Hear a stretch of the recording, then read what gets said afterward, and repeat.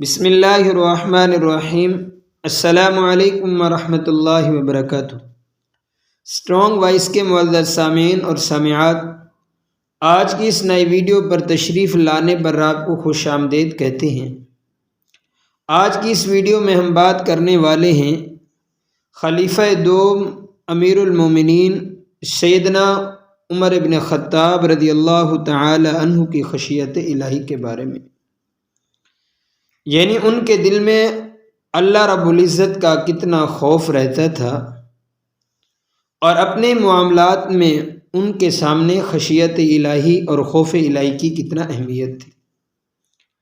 حضرت عمر فاروق رضی اللہ تعالی عنہ بسا اوقات ایک تنکا ہاتھ میں لیتے اور فرماتے، کاش میں یہ تنکا ہوتا۔ کبھی فرماتے، کاش مجھے میری ماں نے جنا ہی نہ ہوتا۔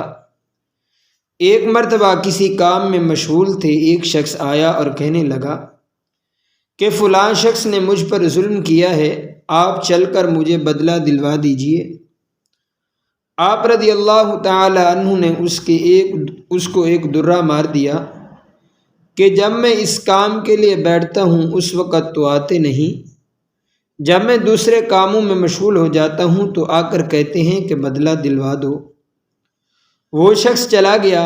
آپ رضی اللہ تعالی عنہ نے آدمی بھیج کر اس کو بلوایا اور درہ اس کو دے کر فرمایا کہ بدلہ لے لو۔ اس نے عرض کیا کہ میں نے اللہ کے واسطے معاف کیا۔ گھر تشریف لائے، 2 رکعت نماز پڑھی، اس کے بعد اپنے آپ کو خطاب کر کے فرمایا، اے عمر، تو کمینہ تھا، اللہ نے تجھ کو اونچا کیا۔ تو گمراہ تھا، اللہ نے تجھ کو ہدایت کی۔